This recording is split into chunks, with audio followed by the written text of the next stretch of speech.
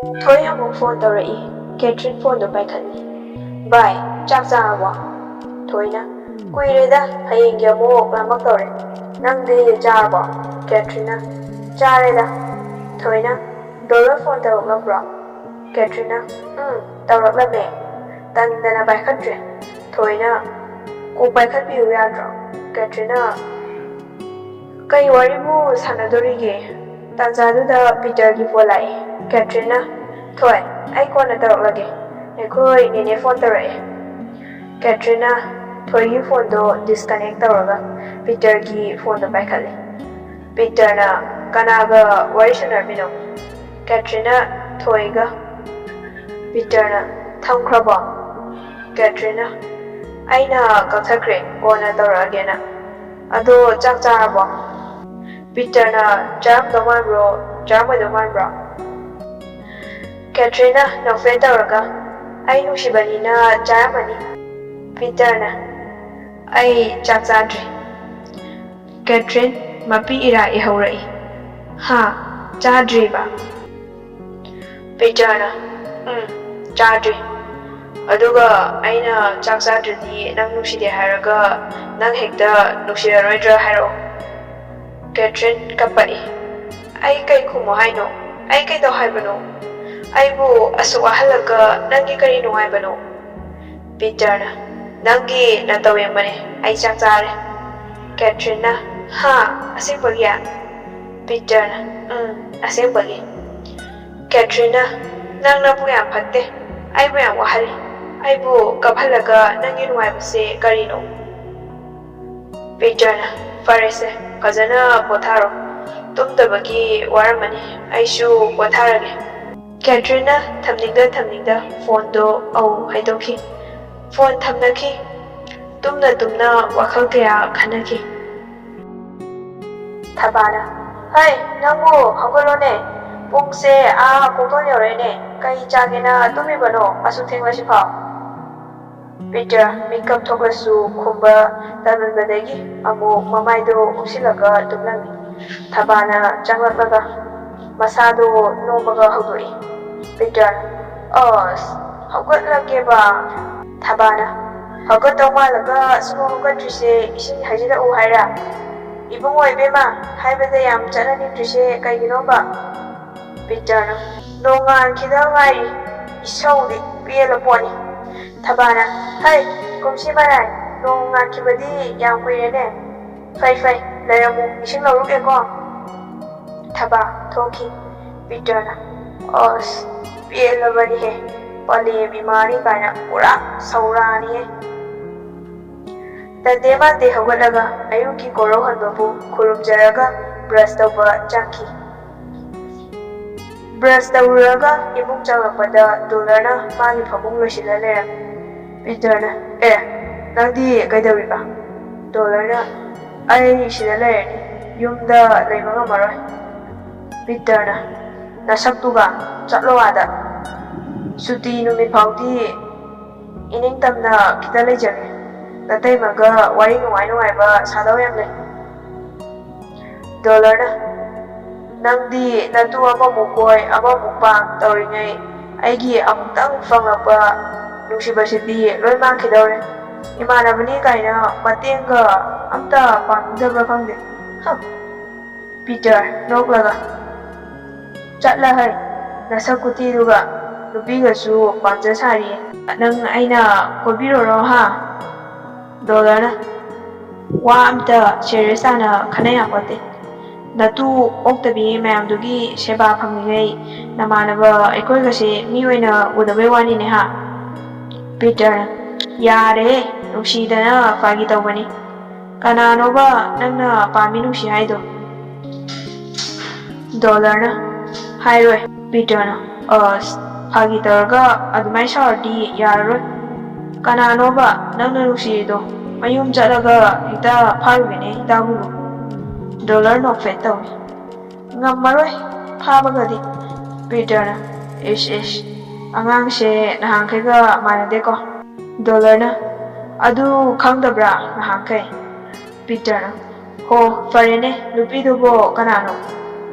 Dollar nupiga lairi Nangna nupi mayam koirapise kamai nusi haraga koirinoba. Peterna, is adugi oire nang aigi matau tangke haira. Formula pangi hairaba nangise. Dollarna oirambasu yai ado hairo. Peterna, nupisu hayu yade nangsidi. Dollarna, formula hana khanglage nupido kona thirage. Peterna, oh farese haida hairage tarose. Dollarna aduni. Peterna, yengoi nupise hek onabaga thengnabaga nungsi pami haradi sukya yarakloi. Ahanbada yamluna tinagadaba.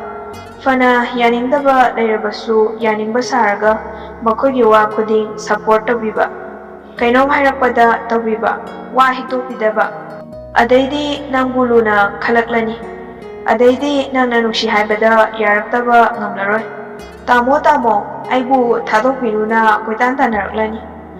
Dollarna adaidi Peterna adaidi hakchang ani amata oihagadaba natradi hayeng nangbu thadoklaga chakini. Kaigumba masa sohoradi mana nang thadoklaga chatpa haisidi pak oithoklaroidabani. Dollarna haibadi Peterna nupi khaise masagi ijatpu yamluna khanjaban. Dollarna hakchang amata oiba kaina sukngam hek ngamjararoi nungsi haiba pau phongdokpa ngamdrinaisida. Peterna ho farene nangi nupido kananoba. Dollarna kaidai ai nupinoda migi machani. Peterna yam paktre sahityagadi. Dollarna ado nangi nupi kukoise. Peterna kaidauraba. Dollarna emotional blackmail tawama yauri. Peterna tawgera tawregera nupibu wari sungsa sanadana unadana sorokta chatpima hekta nungsiba pamba yabo. Masine nungsibagi haurakfam haido. Wari sanabadai khangnarubadai koinarakiba nungsinarakiba ngakhtani. Dollarna ngaikone nangna koiba nupi khuding loina amadu tawbra. Peterna tukatchehe asibo wani kaina aingondabu hangine. Dollarna mashi tawramniye minnai marbasi. Peterna tukatcheko takpana khitang haibana dama ama hojikna aingondaga wansilakle. Dollarna mashi nangna koiramba nupi hedo loi yaramoi. Hayeng mayum palaga mawa sindudadi lanjadabi charudoini. Peterna nang I karaktoine yong. Dollarna nangna koiri nupisina masing kayano hawjik ni hangise. Peterna nangna ai panaise kaidoge haino net chani hawjik. Dollarna hey god Peterga koinaramba nupi amta thengnadaba oijageko. Peterna adudane aina koiba nupi amta masa khangnahanindrise. Dollarna wai dum sange noi oktabi mayam khangnaba kaina ai oina ijat mangnabani khangnadabana damada fai. Peter sauningba phaurai. Oktabigadi hainuda isa yanaraga tawba ngaktani. Dollarna asengkibu saurai mina phagi tawrini su khangdene. Peterna matamsigi nuksiba kainose khangde nasak phange thijale phangoi amta yasu yabirakloi. Dollarna yayadabaduna makhal ama oigrasu sakti thirikai nupa mali hainabani. Othello haiba thigradubhau ningthaugi mamom phajabi heloi manba ma laukhridun. Peterna aduna wari larikta nungainaba panghai haiba asengbada madu chatnaba yaba natte. Dollarna ho chatnadrenabu khalasine nangi nupi han kutaududi ai ngamaroi aduna thoi oina adum tanajarurage chatlage. Peterna nangna pamise thoiro. Dollarna taningdehe chakhwattaba wa. Peterna natraga Catrilla. Dollarna chatla hai nang hekloina khanglabasi mangai. Peterna U-turn ga lauge khanjaluko tinaba masendadi. Yare nupi choparo Nupanati kay majuhay wen kang bajani. Chalage natu Monica ga okta wari shanani haida shana uro. Peter na koshi nang na thaunate. Dollar na ithau di sidri paule chale hore nungten lau namboda bora chawsi ai lebige thausa hanbige. Peter na laurai nang minai si mangai ni aisha. Dollar su laurai yare namanaba laklaga thidokni kangdabo lehoro hore lakpa kaung. Ngang dana chakre dollar. Peter na ihe itu phone tawbaga loikawi kadagi amuk thoklai. Khoi masina anta sa thokpa chakre ni tawrise. Minai ama laktana wari tawringai thabaka loisitle. Ising glass ama kalaga thak-tana Catherine da phone tawrai. Ahanba call da pairakte. Anisuba tawbada pairai. Catherine thabak yam watli horen sanarase. Peter na wari pao sanaba hawdre. Catherine hairao. Peter na kai hairao haino. Catherine wari sanasidaine. Peter na nangse aigi ojarage.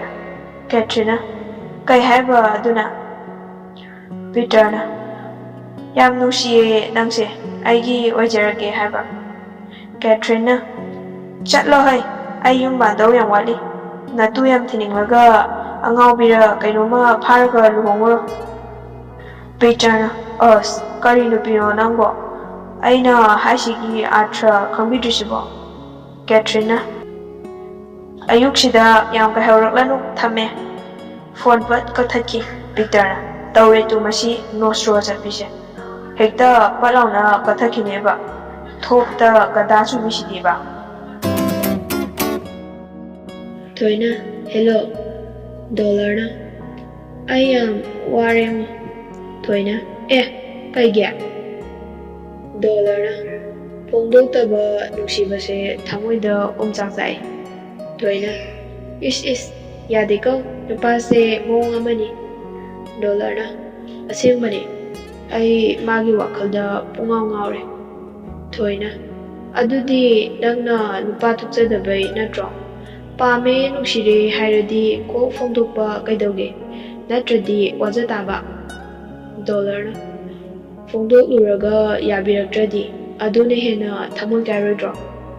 Thoina adudi punsi chuba na thamoydo lanfa oina thamtaba. Dollar na khangdreda. Dollar nangi naibakshe. Thoina yarese asengbaduma khangdoklasi. Adum wadana chaktana laidusharu nushiko haijilo nupa machani kaino. Yarakle fare yaraktre fare kaishu kaide ama kokhaira loire mamangda. Dollar na talihe yaraktabagadi. Thoina ho aduboba haira yengu haibane. Dollar na aduna faradra haira shirane hekta. Thoina haima fattadi kaino hairaga yengu. Dollar na yada yaroktaga male ku hai faude. Thoina soidrabani. Dollar na adude hauzik hairaga. Thoina haima asutuna. Dollar na nupa khangtok thoningai. Thoina yam faina adude. Dollar na thamage mangwanda call amuk tawge. One pat kathatki. Thoi dollar da kon tawsilai. Adubu busy lerami. Thoina direct thengnaraga hayu haige tawraga phone da oina haikidor maleni tawrish. Phone si busy haireba tawrish. Phone lakpa makol tabade Catherine chakum lumdai tholaklaga magi kadai phone do paikali. Catherine hello. Dollar na ngasidi thamoy gi oiba wa amta haijage. Catherine kay wano saktiba. Dollar na ay am ware ay khangduna leba ngamlaktre. Catherine haima aina kaidorage. Dollar na nangna aigi thamoy huram bikri natra. Catherine ngaklap ha. Dollar na Catherine ay nangbo thamoy sengna nungsiye. Ai nangi wakalda pungaw ngawre. Aigidi punsigi ahanba nushibani. Nangna aroibusu oijage. Katrina. Dollar, kaino nang haidubo? Dollar na. Ngasidi nang wa ngangan. Ai wa yam haininge. Ai ngangba kai tabiyo.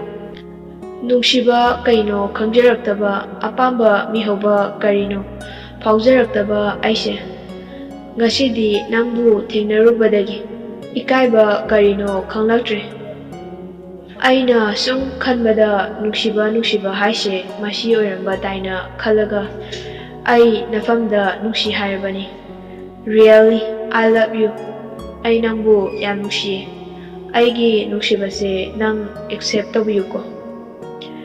Katrina. Dollar, kaino hairi mayam sibo. Aidi manga chap manare. Dollar na. Aibu sakti kuchumui. Haina yabidaba tabinuko. Aigi thamoi shidi minamba yaudaba tasengba nangbu nungsibani. Nangbuna khalaga reply piro. Katrina mathai nuaitana. Dollar, aidi nangna aibu asiyawna nusibarakani khalude. Adubu dollar na. Adubu kaidoraba. Katrina khali aibu hairashirane. Haibana farani. Tungda mamanabasing soidana saunnarakani.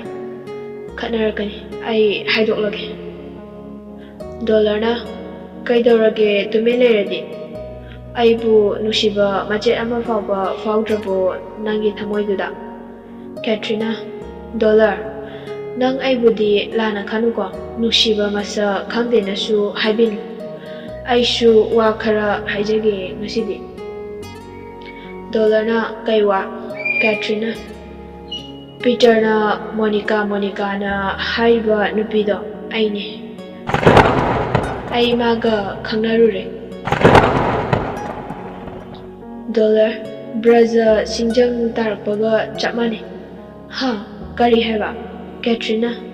Nangna aibu nusibiramni khangludabana. Aigi thamoise mawanda pithokluri. Dollar. Khangnok nomthorai. Hai, mifata nupiye. Katrina. Aibu mifata nishu haibinu. Nusi masa khangdabinesu haibinu.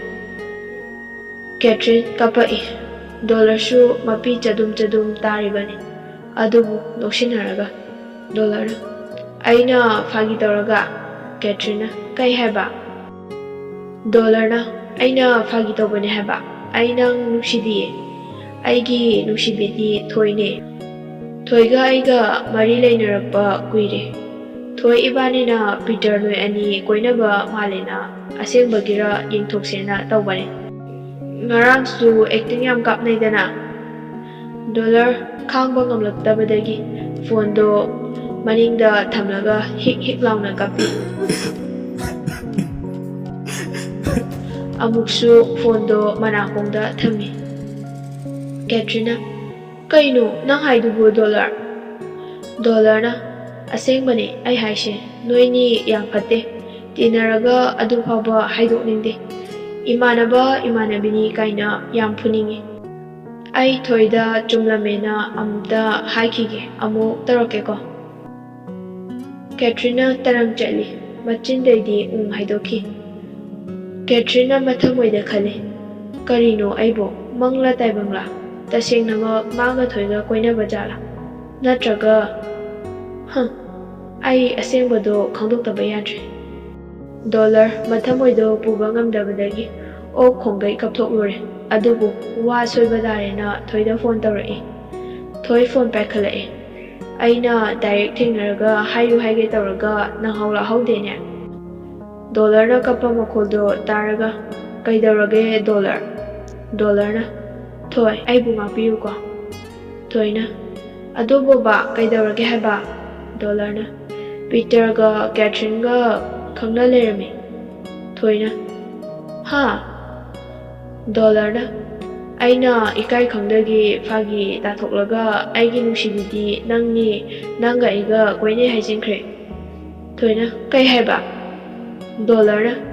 Thoi nang aibu warobinu ko. matam kharadadi nang aiga koinaba sabiyuko. Ai nakhong paira haijau hairasu haijage. Peter ga Catherine gi mamangda yam ikai. Moi ani nungsinabra yengthokpa oina sajinkrabani. Thois shaurai. Ai isagi ayabasu yaudana karigi ibani koine haramino. Ai ngamoi nangna haido karino dollar. Dollar na please. Aigi awabase kita khangbiyo Thoi. Thoina kanagi waba ai khangde. Ai se Leisabi isagi ijat leijabi. Aibu phadi pharagum iyada yabigum uriba karigino. Dollar na Thoi. Nangshu aibu lana khalaba. Thoina. Ai adu ada khangde. Ai asemba loina haidokani asemba khaido. Dollar na Thoi. Thoina. Kaubirakanu aigi minga aduk tukachaba nasagi tangkhanba aibu ijat yaudabigum nangna uba aise yam chip oina ururaba nangi fanaba nateng pambige tawraga aingonda oina onsilakpa fei khangnina. Dollar na ai lale Thoi ai lale nangna asengba haibada ai kaisu thingaroi makhoi pumbada asengbado khanghalo aigi iral ngaktane. Thoina phone pat kakthaki